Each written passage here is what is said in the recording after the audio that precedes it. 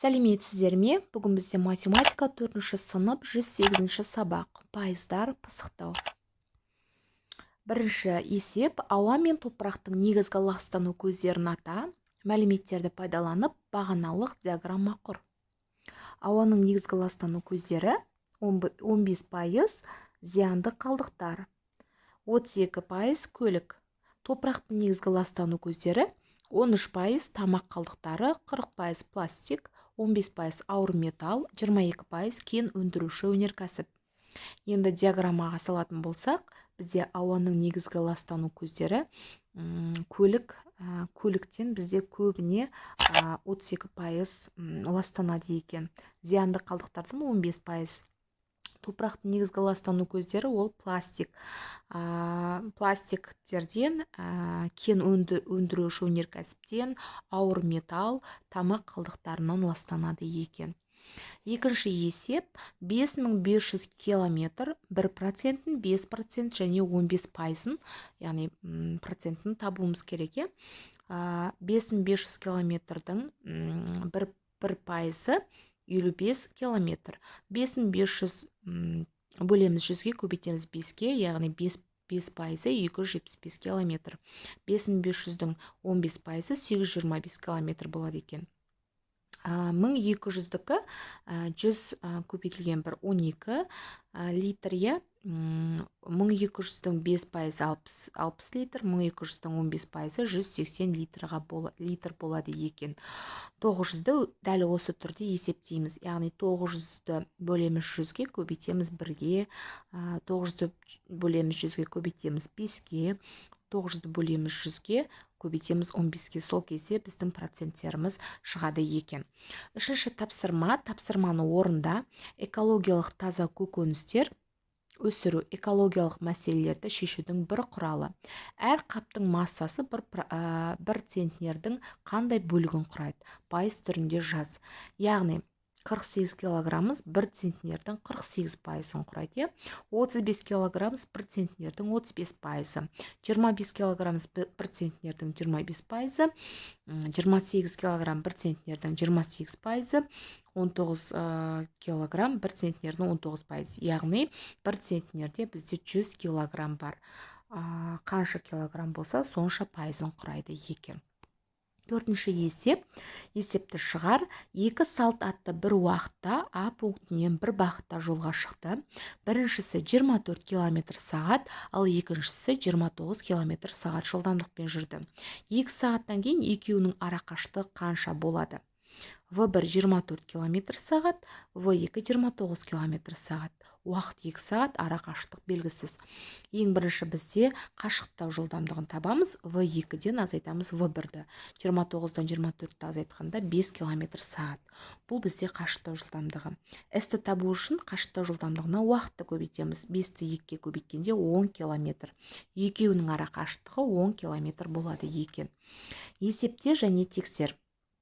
Бізде көп таңбалы сандарды азайту, көбейту, бөлуге берілген есептер баған түрінде есептейміз және тексереміз. Яғни бізде 23 миллион 796-дан 6 миллион 45 мың 986-ны азайтқанда бізде болады 16 миллион 954 мың 810-ға тең болады екен. Оны тексеру үшін 16 миллион 954 мың 810-ды қосамыз 6 миллион 45 мың 986-ға. Сонда бізде болады 23 миллион 796-ға тең болады екен. Екіншісінде дәл осы түрде шығарамыз. 560 мың 89 мың 6-дан азайтамыз 976 мың 98-ді. Сонда болады бізде 559 миллион 112 мың 908-ге. Оны тексеру үшін 559 миллион 112 мың 908-ге қосамыз 976 мың 6098-ді. Сонда болады 560 миллион 89 мың 6-ға тең болады екен. Дәл осы түрде бөлуді де шығарамыз. 246 мың 482-ден 982-ні бөлеміз. 241-ге тең болады. Оны тексеру үшін 982-ні көбейтеміз 251-ге тең болады. 982-ні көбейтеміз 251-ге, сонда болады бізде 246 мың 482-ге тең болады екен. бөлуді көбейту арқылы, көбейтуді бөлу арқылы тексереміз. Азайтуды қосу арқылы, иә. Дәл осы түрде қалған есептерді де шығарамыз. Алтыншы есеп. Мамыр айында картоптың 1 килограммы 200 теңге болды. Маусым айында оның бағасы 30%-ға төмендеді. Мамыр мен маусым айларындағы баға бойынша 3 килограмм картоптың құнында қандай айырмашылық бар? Мамыр айында 200 теңгеден болса, маусым айында 30%-ға төмендеді, бірақ қанша екені белгісіз, иә? Мамыр айында 3 килограмм картоп қанша болды, маусым айында 3 килограмм картоп қанша болды, соны табуымыз керек. Ең бірінші біз мамыр айындағы 3 килограмм картоптың құнын тауып алуымыз керек. Ол үшін 200-ге 3-ті көбейтеміз, 600 теңге болған, иә? 200-ден бөлеміз, 100-ді көбейтеміз, 30-ға 60 теңге төмендеді. 200-де азайтамыз, 60-ты 140 теңге. Маусымдағы 1 килограмм картоптың құны 140 теңге болған. 140-қа көбейтеміз, 3-ті 420, бұл маусымдағы 3 килограммның құны. 600-ден 420-ны азайтқанда 180 теңге. Айырмашылық 180 теңге екен. Мамыр мен маусым айларындағы баға бойынша картоптың құнында 180 теңге айырмашылық бар екен. Жетінші есеп.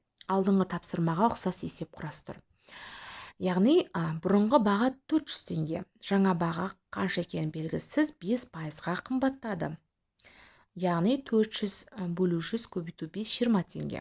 400-ге 20-ны қосамыз, қымбаттаған баға 20 теңге, иә? 400-ге 20-ны қосамыз, 420 теңге. Жаңа баға картоптың 420 теңге болған екен. 8-ші есеп. Есепті шығар.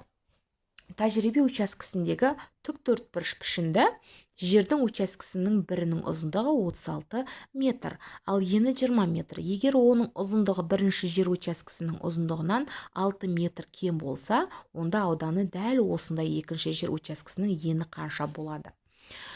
Бізде А1 36 метр, В1 20 метр, А2 белгісіз 6 метрге кем.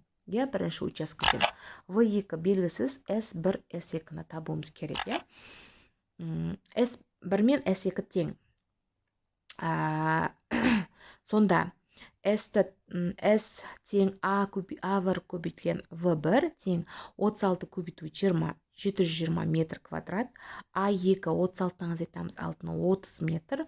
В2 С бөлу А2 720-дан 30-ды бөлгенде 24 метр. Екінші жер телімінің ені 24 метрге тең екен. 9-шы есеп. Арман құрастырған есепті шығар. Сейфті 1, 2 және 8 цифрларының көмегімен ашуға болады. Код 800-ден үлкен жұпсан, осы кодты ата дейді. Яғни, осы 3 санынан тұратын 800-ден үлкен санды жазуымыз керек. 812 жаңағы үлкен жұпсан дейді. 812 сейфтің коды. Яғни 812 800-ден үлкен екен, иә? 10-шы есеп. Тауар теледидар 96 мың теңге, тоңазытқыш 123 мың теңге. 3% жеңілдік, жаңа пайызы қанша? Яғни біз бірінші жаңа пайызын 3%-ын білу үшін 96 мыңды бөлеміз 100-ге, көбейтеміз 3-ге. Бізде 2880 теңге жеңілдік. Енді 96 мыңнан 2880 теңгені азайтқанда 93120 теңге жаңа баға шығады екен. Дәл осы түрде тоңазытқыштың да бағасын есептеп шығарамыз.